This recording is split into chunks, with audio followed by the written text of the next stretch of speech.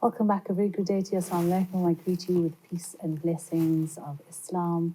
And remember, you can watch with your friends if you are tuned in somewhere across the lands and over the seas. If you know of them and they want to know more about diabetic foot complications, please tell them they can tune in on www.hilaal.tv and they can watch us right now live. Otherwise, we will be uploading the show a day or so after it has been aired on our YouTube channel, which is Hilaal TV, and search under Life Matters. I'm Khawa Solomon. Stay with me. We're still chatting to our podiatrist in studio, who's also a lecturer at the University of Johannesburg in the Department of Podiatry, is busy with her PhD as well and has a master's. So we're looking at this and some extensive research done as well. What we need to also establish is any preventative measures that are available that you can give advice to when it does come to those suffering from possible or those that are diabetic and they haven't yet had any food complications. What do you recommend to prevent any food complications? Okay, so I know a lot of people think it's going to be all fancy and, complicated. It's actually the simple stuff. Okay. So our feet, we on it all day, every day. So the first thing is hygiene, okay? Diabetes on a whole puts you at the risk of getting any fungal infections, bacterial infections. So you need to wash your feet every day, dry between the toe webs. Don't use your towel again after you've put it on your feet and other parts of your body. So I always tell my husband, please use a cotton roll and wipe and take it to the masjid. And even when we went for Umrah, I was like, my father was diabetic also. And I was like, Daddy, please take the cotton roll with, and wipe and keep clean and don't get these infections because they're so much harder to treat in a diabetic what did you say? patient. What should they rather use? Cotton roll. So the paper towels? The paper towel. Paper towels. Right, yes. So yeah, just because it's nice and thick, can wipe and dispose. So it's hygienic, gone. Yeah. Exactly. So that's the first thing. The second thing is moisturizing. Okay. So men don't do it. I know we do it. Men don't. But think about it. If your foot is dry, eventually it's going to crack a little bit open, little fissures here and there, and that creates a portal of entry. Okay. And all the weird and wonderful germs just go in there and do their thing, and it's not nice in a diabetic patient. So moisturizing to keep that skin integrity in balance and in homeostasis almost. So moisturizing, then nail cutting. We tell our diabetic patients to just cut straight, don't go into the sides to promote it to become ingrown and stuff like that. So we are nail cutting is very, very important. Things like don't smoke. That is also going to affect the blood flow and eventually lead to ulcers and stuff like that. And then to check your foot. So before you put on your shoes as a diabetic, put your hand into the shoe and feel. Are there any stones? Is there anything in here? Anything that's going to hurt me? Is it clean? Wear cotton socks, so again, we're coming back to infection. And obviously shoe wear. You need to wear the right shoe. And yeah, just keep an eye out and go for your yearly checkup with your podiatrist or get referred on from a You said GP. moisturize, and often when you are moisturizing, it does also cause extra moisture in your feet, maybe between the webs of your toes. What should one do in between those specific areas which are quite sensitive? Is there a powder that's recommended? And when you say moisturize, what type of moisturizers do we need to use? Okay, so when you're moisturizing, we wouldn't say necessarily between the web spaces because yes, they do get moist. You don't really need to moisturize. But if you feel that you do have excessive moisture, then there is a whole host of products that you can use to help with that. Again, you would need to consult with a pod depending on how severe and stuff like that. And just in general, moisturizing, you look at the urea content. So when you're shopping, if you want to know, is this a good moisturizing cream, you look at the urea percent, and the higher, the better. Okay. So urea percentage. Let's look at regular foot exams. How important is going for regular foot exams and managing your diabetic foot health? So in an ideal world, as soon as you are given the diagnosis of diabetes, you should be at your pod. And then again, your podiatrist. And they would go through the entire screening process I mentioned earlier, grade you, and then you come back accordingly. So for example, if you're a low risk patient, we tell you come every year, once a year, check up, and we'd check again. Okay, yes, you're still low grade, come back next year this time, or no, we've moved you up a bit, you need to come back every 6 months, or you're high risk, we need to see you every 2 months, or every 2 weeks to dress the ulcer that's there. It just depends. But again, as soon as you get a diagnosis of diabetes, whether you are healthy, 30, okay, you couldn't be healthy, but if you're a young patient, you need to see a podiatrist. So is it that when you find out that you've got diabetes, like you're saying, immediately go and see a podiatrist, and how regular should the checkups be then? So again, they'll grade you, and if you're high risk, more often, low risk, less often. And if you just worried yourself, they'll tell you. Pop through to one of them. What is high risk, low risk often? And so brief overview. You have mentioned 2 weeks. Yeah. So brief overview. If a high risk patient is someone with a foot ulcer, so you're high risk, we need to see you every 2 weeks to track the wound progress, to dress, to teach you what to do differently, because we might be using a dressing for these 2 weeks and then subsequently change over to a different type. So you would obviously need to come in. If you're just worried, then go back and say, you know what, during this interim, something actually did happen, I'm coming through. So say you're a low-risk patient and we say, no, come back in a year, but in between that time, you decided to go to the beach and now you have a wart. Or you have an ingrown toenail. But if something is you knocked your toe or something. Exactly, you need to just go in. So don't wait for that time. If you're a diabetic patient, your foot is, something's happening to your feet. Definitely. Go. Let's discuss some of the key symptoms and signs in diabetic foot problems that patients should be aware of. We've mentioned, those who are at risk and what's happening, but the telltale signs. So dry feet. Dry feet, we know that is there's a problem going on. Circulation's impaired. The nerves have been damaged. If there's burning, tingling, and high pressure areas, so you as someone who doesn't know, you just literally need to look. Is there red spots on my foot? Do I feel a little bit of pain in a specific area? That could be indicative of a high pressure area. Is there callus building up? That's a high pressure area. So callus builds because your body is saying there's a lot of pressure here. I need to protect myself, so it builds skin.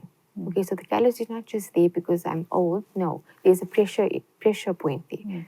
So you need to look for all those things, and those are some of the red flags almost you'd want to look for. So I want to quickly understand the role of the podiatrist. That yes, we know they are there, but we sometimes feel, oh no, I can take care of this for myself. I know maybe with the ingrown or the callus or the wart, I'm going to try something. What is your advice to those people? So my mom, and the role of the podiatrist. Yeah, so my mom's one of those. She has a remedy for everything. Okay. But I'm glad you have some practical experience. Yeah, because we always say, like, especially from a medical background, we have all these thoughts, and it doesn't articulate like that in society. Yes. People have their own cultural backgrounds and stuff. So again, you should just go to the podiatrist, because even if you start at the GP and ask him to say, okay, what do you think? And he could refer you on. Or say, he'd even know, okay, no, maybe we can just, whatever.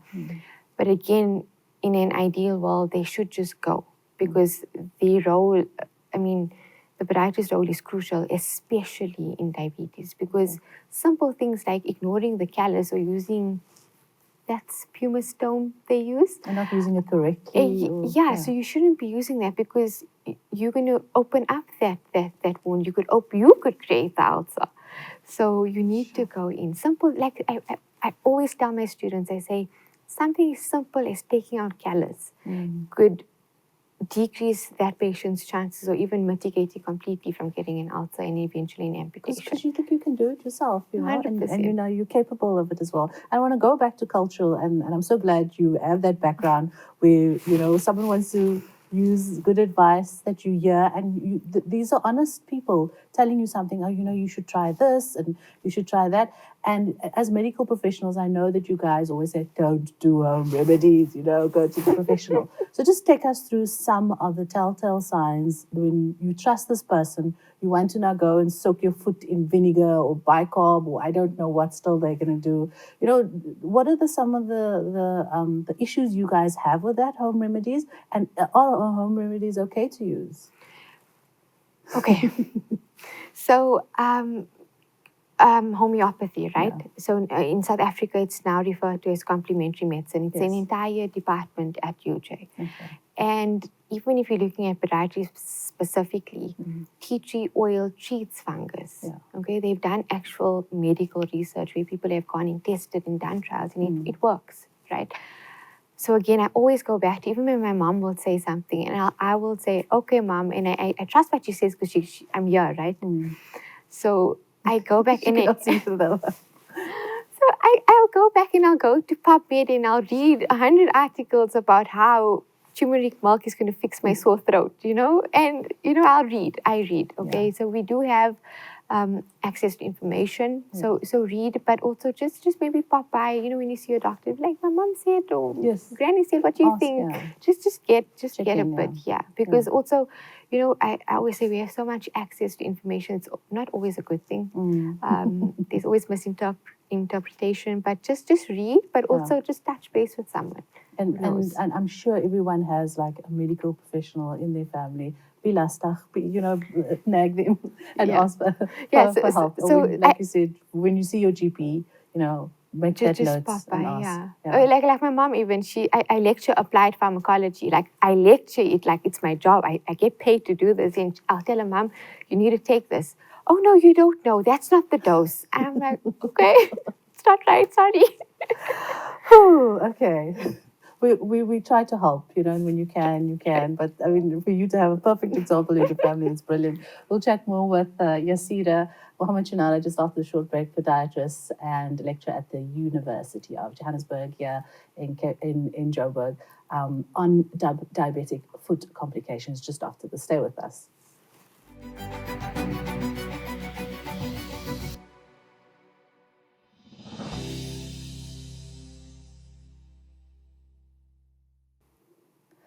Assalamu alaikum wa rahmatullahi wa barakatuh. A very good day to you. Hope you are well wherever you are, rested and in a zen zone.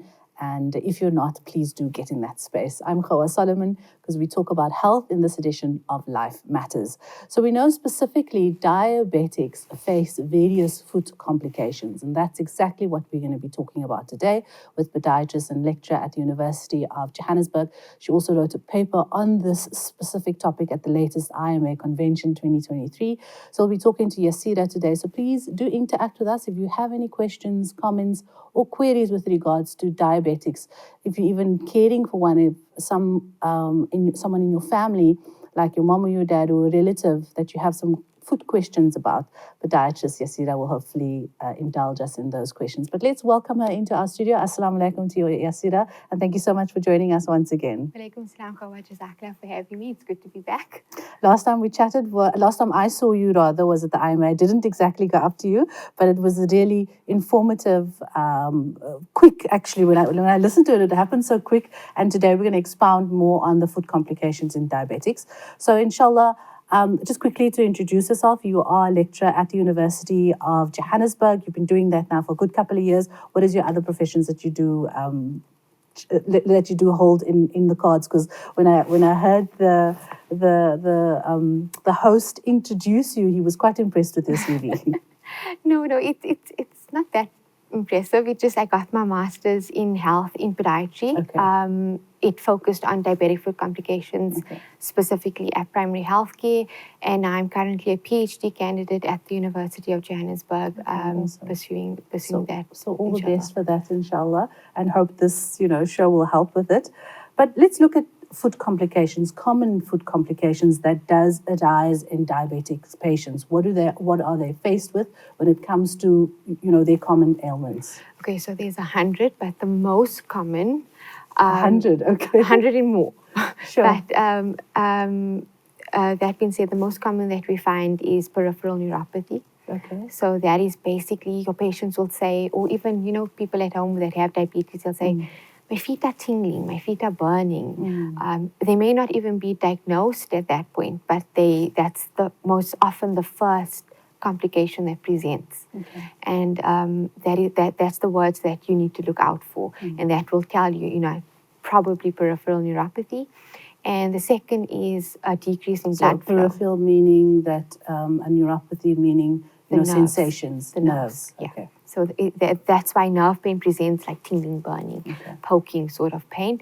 And the second is the blood supply. So blood supply is compromised, there's a decreased blood supply. Along with that comes a whole host of possible infections and obviously ulceration as well. Okay. So ulcers, some of the food complications is the tingling sensation, the numbness. Yes. If they're feeling any of that, Exactly. then they should immediately seek help. Immediately. Okay. So that's only 3 of the 100. Yeah, so there's the study unbundled and had subcategories in categories, and it was amazing to find, worrying, but amazing to find and identifying, because now we know and can stratify around it. So with the studies that you do and some of the findings, did you do it on actual patients or was it just research? So research and actual patients, I'm trying to create a sort of niche area where I'm looking specifically at podiatry, both patient-centered and like a more research-based approach. So recently I've published 2 articles on case studies articles, so looking at a specific diabetic patient. So the one was where he presented with diabetic foot ulcer, very, very bad. And I basically mapped that out, his journey to healing.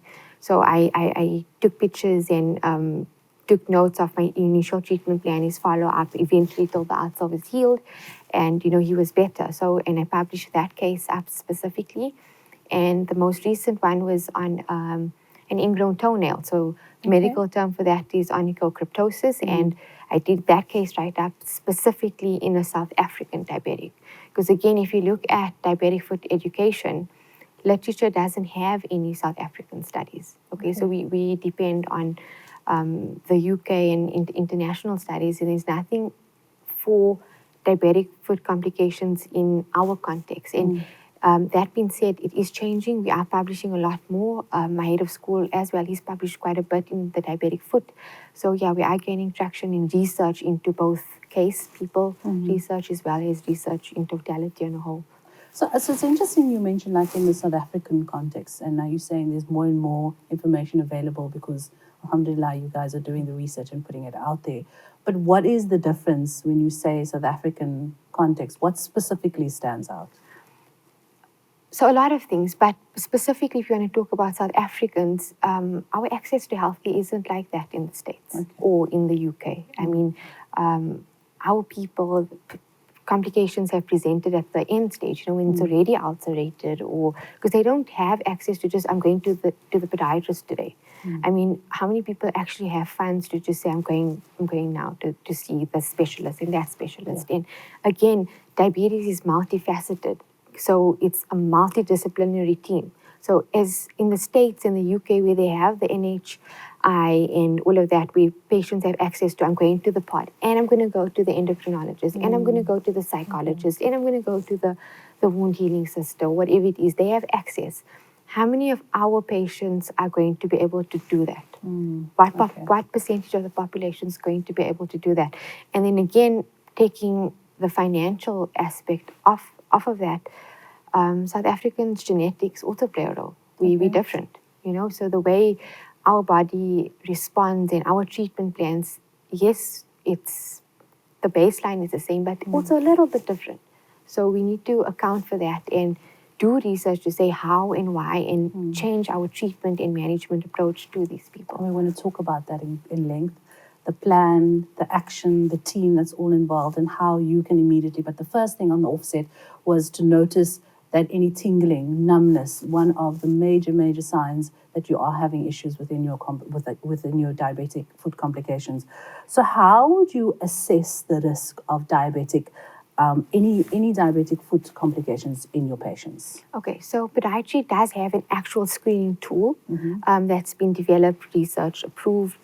And basically, to break that down, we will obviously do a full history, medical history, what medications you're on, your last HbA1c reading. So that's a reading that will tell you how the sugar has been over a 3-month span, sugar. And then obviously the actual assessments will go into a full vascular assessment. So we'll do things like pedal pulses to check for blood flow, capillary refill times, ABPIs, Doppler ultrasounds. Then we do simple dermatological assessments. We'll see, are there high pressure areas? Are there callosities? Is there a risk of getting an ingrown toenail that can cause a wound in our diabetic patient? Stuff like that. Then we look at their shoe wear. And most importantly, we'll do neurological testing. So that you want to see, are the nerves affected? And if so, how bad? So in factoring all those things in, we'd grade the foot. Okay, so like grade 1, grade 2, grade 3. So basically like low risk, moderate risk, high risk. And then your follow-up visits and treatment plans will be based according to your risk category. Okay. So when it does come to things, getting really bad and there is the need for amputation, is there, risk factors after amputation as well that patients need to watch out for? So definitely. The problem with amputations is that once you've got one, we already know that glucose control was not there. So what are the chances of you controlling it after now there's amputation, right? So again, I'm not just saying it's the patient's fault or whatever. It could be a whole host of conditions. Not could be, there is a whole host of conditions. That's why we've reached the stage of amputation. Now, that being said, half of all amputations in South Africa are due to diabetes. So again, when you're looking at a patient who's had an amputation, the mortality rate after that is significantly decreased. So we're looking at literature, okay, there's debates, but ballpark figure 5 years lifespan left.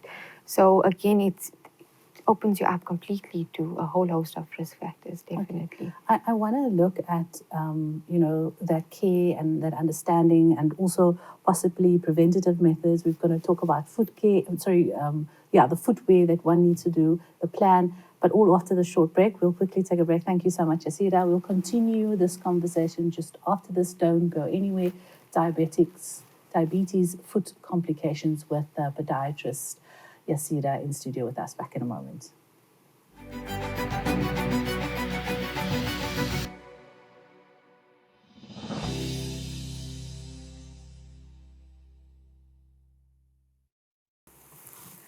Welcome back. I'm chatting to podiatrist and getting some real good advice because she's a specialist and a professional in what she does. So if you do have someone in your family that happens to know and study this and read up about it, ask them for their advice.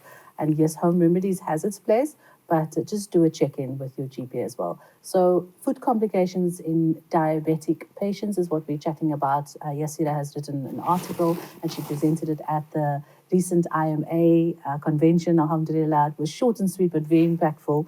I want to now look at sort of the approach of management of diabetic foot ulcers. We've said, go and see the professional. The role of the podiatrist is there and they know what they're doing. So don't try and that pumice stone or whatever you got. And also the typical treatments that are involved when it does come to these complications, foot ulcers. Okay. So foot ulcers are multifaceted. So we look at it from a whole host of angles. But to give a brief overview, the first thing we would do is look at the location. Okay, so that would tell us how we could offload it, because after the entire management of the actual thing, the last part of it is actually to offload that area, because that ulcer formed because of pressure. Okay, so it was a high pressure area, the skin eventually gave through, and there's ulcers here. So when we find it, we'll look at the area, think of ways to offload it, but then we'd go and we'd measure, because now we need to track. Oh, the size. Yes, okay. we actually have like a little, from Smith & Nephew, it's a measuring ruler for wounds. We would measure all across, we'll take it down. Okay, so when you come back in 2 weeks, we're going to see, has this thing closed a little or is it getting bigger? Okay, because you're not going to remember 2 weeks from now. So we measure, then we need to debride. And you can see progress in 2 weeks. Definitely, okay. So we debride the area. So there's callus, there's a whole host of stuff that's going on there. So there's different ways of debriding. Mechanical debridement's our most used form of debridement. So we literally would take a scalpel and take off the excess skin and allow for those wound edges to now close once we've taken that out. You even get stuff like autolytic debridement, chemical debridement, even maggots can do debridement for us. Okay, so so cleaning out the wound. Yeah, so Baragwanath Hospital also they use that sometimes, and it works wonderfully. Okay, so yeah, And it's a cheap method. Not really. Not really. No, because we're using not maggots we find in our bin, but yeah. So well looked after well insects. Yeah. So there's a lot of different methods of actually debriding, but you'd debride the wound, you'd flush the wound, you'd then you dress. You choose. So when we say dress, we don't mean Bactroban, and like we would use specific wound dressings. You get a whole host, you get hydrocolloids, depending on the wound. So the wound type, how exudative is it? Meaning how much fluid's in there? Is it a dry wound? Is it a wet wound? Stuff like that. Is it just, are we going to use a dressing with silver in it? Charcoal dressings, a whole host of dressings. A very costly thing to have. These dressings aren't expensive, aren't cheap. Okay, so you must remember you're paying to see the professional, you're paying for, they're going to charge you more for dressings. Diabetes kills the economy. So, I mean, these complications have a huge knock-on effect. So it's not just, I have an ulcer and that's where it ends. It has a huge knock-on effect. So we would dress the wound and then obviously we would offload that area. So we put patients in moon boots or a rocker bottom shoe. So it's basically shoes that offload the front of the foot, because what we find is that most diabetic ulcers are usually in the forefoot. Usually they can be anywhere, but usually in the forefoot. So it's literally a shoe that will offload the forefoot so that they don't actually toe off or put load in that area. So it offloads it. Then you get specific diabetic shoes for ulcers. So it's a shoe like this, and say the ulcer is here, there's material you could literally pull out, so you're floating that area. So when you're walking, that ulcer will just sit in that little crater but not actually contact the ground. Because as soon as you have contact with the ground, that wound's going to disintegrate more. So you could put world-class dressings in that area, put them in hyperbaric chambers and whatever you want to do. But if they're going to carry on loading that area, it's not going to heal. And so basically, you shouldn't even be on your foot when you're having Ideally, you shouldn't. So even when we put them in moon boots and stuff like that, we tell the patient, don't think I'm just going from my bed to the toilet, I'm not going to put the moon boot on. Because that's going to delay healing by a month even. So it's not, and again, it comes back to, and part of our management is talking to the family and talking to their social workers, whoever's looking after them, because it's not a small thing. It's not like, you're going to go and you're going to take this antibiotic for a week and you're going to be better. Your sore throat's going to be gone. It's a long-term game, because even if that ulcer closes, if they revert back to whatever was causing the first one, it's back. And it'll be 10 times worse. And then the last thing for me always is the glucose control. Because again, they could even be complying with the offloading, world-class dressings, whatever you want to do. But if that glucose level is high, that wound won't close. So now I want to elaborate on the importance of proper footwear. Let's go through the proper footwear that diabetes, whether they've got an ulcer or not, they need to prevent these complications. So the main thing is a shoe that will not cause pressure. So for our male patients, they're usually very good with this because they wear big bulky shoes that it's a broad toe box, deep, nice heel cup, no pressured areas. Our female patients love these pretty pumps that are so small and our foot is so big. Our African foot is much wider. And these shoes are all made for Italian feet and on lasts that are made for a population with these tiny, narrow feet. And we go and we shove our African foot into these tiny shoes, and that's pressure. That's pressure. And even heels. I mean, our female patients are in heels, diabetic, not diabetic, it's high-pressured shoes, very tight shoes. So in a diabetic patient, you want a nice broad toe box, a deep heel cup, a lot of cushioning.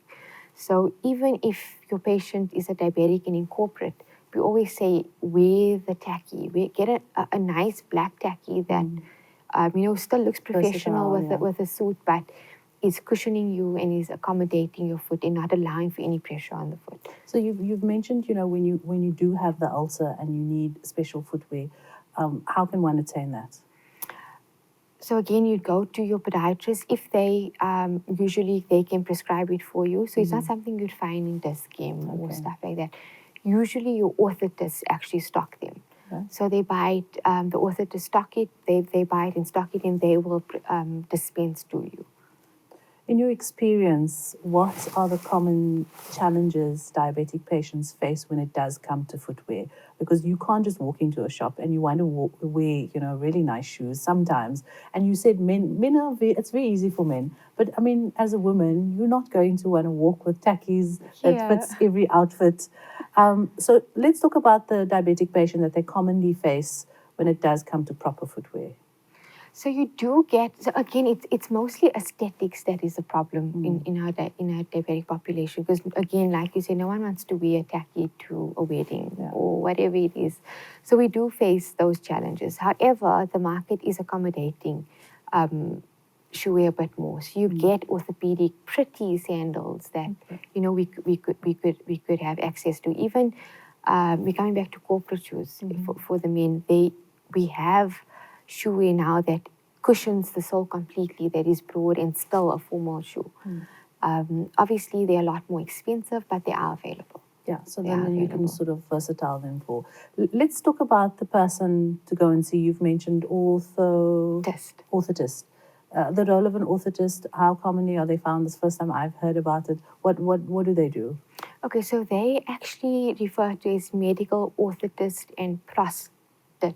Okay. So they're the guys who actually make your limbs, your AFOs, your ankle foot orthoses, your replaceable limbs, after amputations. They make orthotics as well. They do as well. So yeah, they do the cranials for the babies, stuff like that. So yeah, they those people who put in your back brace, your shoulder brace after an op, or moon boots also. So they also do that. I think in our closing session, we want to also look at the completely understanding the complex life of a diabetic and their foot health. It is the feet. It is it's a combination. So we want to talk about the team, how we're going to take it forward, and how family can also play a role. After the short break, do stay with us. We continue our conversation on complications in diabetic patients. Back in a moment.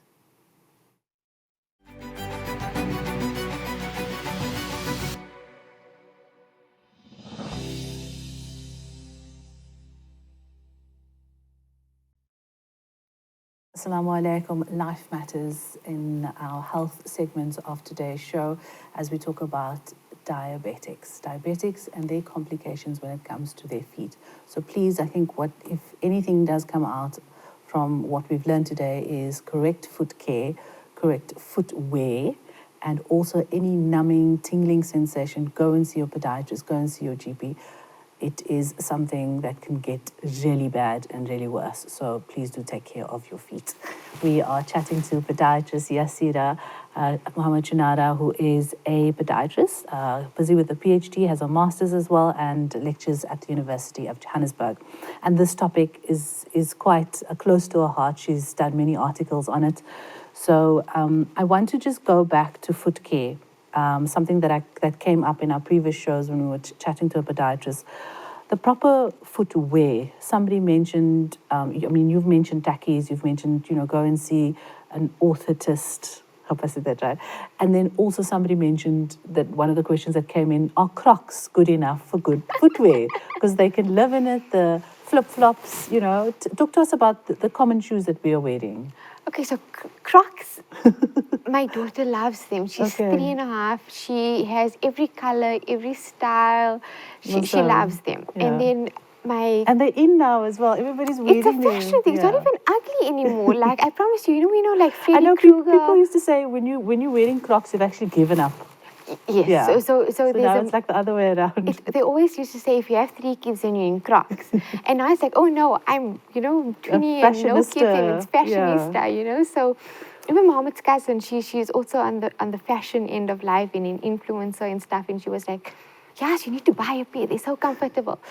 So I was like, okay, let me go buy a pair. Let me try this out. And I was so against it because my uncle wears them and we always laugh at him and we're like, you look like Freddy Krueger. And, so I was like, okay, just let me buy it. Let me just try. And they're actually very comfortable. Okay, so aesthetically, they don't tick that box for me personally, but they're actually very comfortable. In terms of a diabetic patient, I think they still could get away with it at home, actually. Because if you look at a Croc, if you wear one, it's actually very broad inside there. So it's comfy, it's cushioned, and there's a lot of cushioning. If you look at it, because you think it's plastic, I always thought, no, it's plastic, there's no cushioning. It's like a pump in my mind. But now that I've actually bought one, tried it on, it actually has a lot of cushioning. So you could get away with it. I'm not saying diabetics must wear Crocs. Please don't do that. But don't say I said that. But you could wear it. Get away with it at home. But you're on your feet at home most of the time, so so it does have a little strap that gives you that support. So if you are a diabetic patient and you are going to wear a slipper with no back, I would still tell you rather wear the Croc. Because that actually does give them some support in.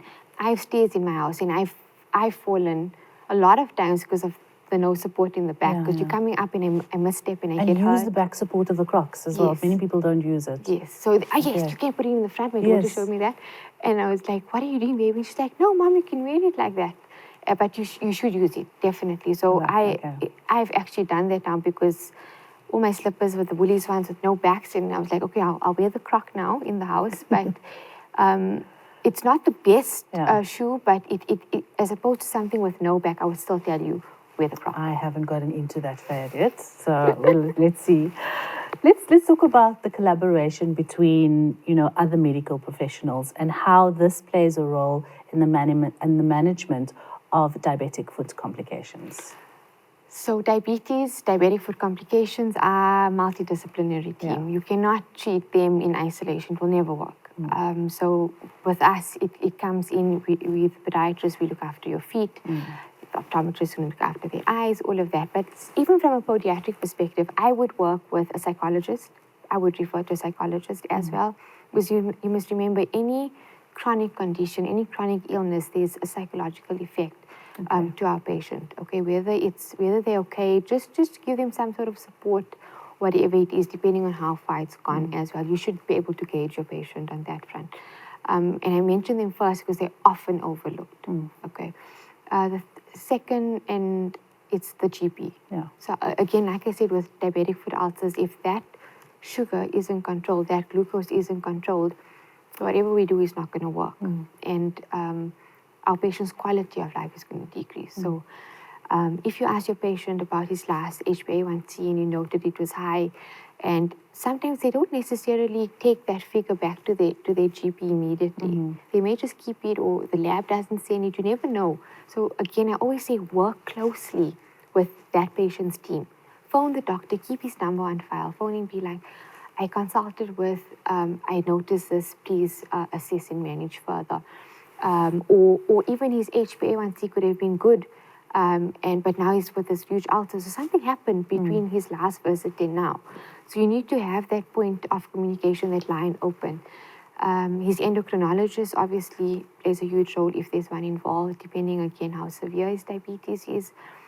Orthotists and prosthetists also play a role if I need a specific shoe adjusted or altered. So again, shoe wear, you could even take what you have and adjust it. So they could take your shoe and make it wider in the front, or if you have, for example, you have a bone protruding out, they could predispose you to an increased pressure area. They could literally balloon patch it or whatever it is. They could do that. Orthotists. Can they adjust your actual shoe that you've got? Yes. So they do. So you get patients who have LLD, so one leg's longer than the other. So we as podiatrists will literally give you an insole that lifts you. Okay. But if that difference is too big, you can't put that in the shoe because your foot's going to pop out. That's where the orthotist comes in and says, we'll build on the shoe and make it bigger from outside. So they can do a whole host of things. Those little lifters, I've seen them in Chinatown in the various shops. Like, what are those compared to what you guys would do? So those, in my mind, they don't use it as heel raisers. I think they're using it like heel cushions almost. I don't know. I've seen them. Yeah. But I don't really know what to soften the pressure on your heels? I think so. If you have burning whatever. If you have burning feet, please go to podiatrist. But like say it's, you just feel, I'm standing for long and my heel's sore and my pump doesn't have enough cushioning, I think you could put it in. I don't think it would be bad. So, to wrap up all of this, we need to see where, foot complications in diabetes is going, what is out there, what treatments is there for those suffering from it, and any advancements that is possibly there that we can also look into. So any advice on, advancements and new treatments that are on the horizon for diabetic foot complications? So me personally, what I'm looking into now is a few things. So 3 things actually. So it's something called a smart insole. So it's basically an inner sole you put into your shoe and you walk on it, and it has sensors that would pick up the high pressure areas while you walk. Oh, wow. Okay. So when you, as it stands, if you are diabetic, I'd take your shoes off. I look at the wear pattern. I look, okay, there's more wear here. That means there's more pressure here. I look at the sole. I look at the wear pattern. I could tell you where you load more. Okay. But with this thing, I would know for sure because it's going to give me feedback on my computer to say, this is the pressure areas during this phase of the gait cycle. How is throwing off more here, or she's placing more pressure on the hallux, or whatever it is. So we don't have that now in South Africa in the podiatry realm, but there are companies that have brought it into the country. So we need to now go in actually to research into it to say, does it actually give us accurate feedback or not? So that's one thing. In terms of the actual ulcer, so I mentioned earlier dressings and stuff like that, stem cell therapy and growth factors. Sure. So we need to start looking in podiatry itself. We haven't implemented any of that yet. We always refer on when it gets really bad or to the surgeon, but it does fall within scope almost, and not almost, we can do it. So I'm looking into that, or even just in terms of research to see how can we use that for our diabetic foot ulcers specifically. And the last thing is a temperature monitoring sock. So again, it would give us feedback to say, these are the specific areas where the temperature is increasing, hinting to inflammation, and we could then stratify around those areas. Wow, awesome. We have to wrap up. And I know there's so much more we can talk about in podiatry, so we'll definitely have a part 2. And I want to look forward at more of your writings and your articles. But Yaasirah, any last words that you'd like to leave us with for specifically those diabetic patients suffering from foot complications? Go and see your podiatrist, please. Even if it's one visit, just to touch base, tell you you're fine, and then go home. Okay. Just go and see.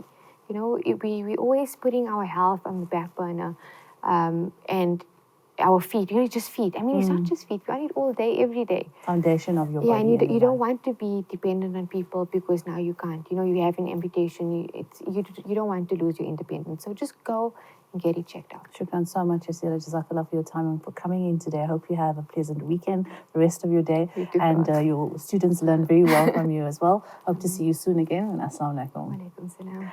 That was Yaasirah Muhammad Choonarah, our podiatrist and lecturer at the University of Johannesburg, a master's student, finished a master's as well as a PhD student.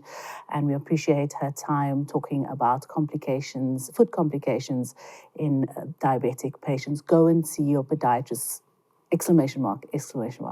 Before we wrap up, the IMA, the Islamic Medical Association, is in need of your help. Contribute generously to their cause as they have a health and wellness day in Hanover Park that is in Cape Town. So donate to the numbers on your screen. Take it down right now. They will be having free screening and meals for almost 500 people, and they need your assistance to make this happen in Hanover Park out of the Cape Flats. So donate generously. IMA Western Cape is doing some great work in various areas that is much needed.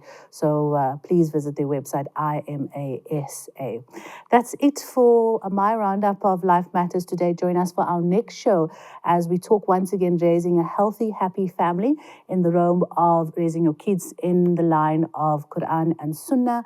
And we have Alima and social worker who will be chatting to us about this. That is Yasmina Samai from Cape Town. So do join us for the next show on Life Matters. From myself, Hawa Salaman, wassalamu alaikum, and goodbye for now.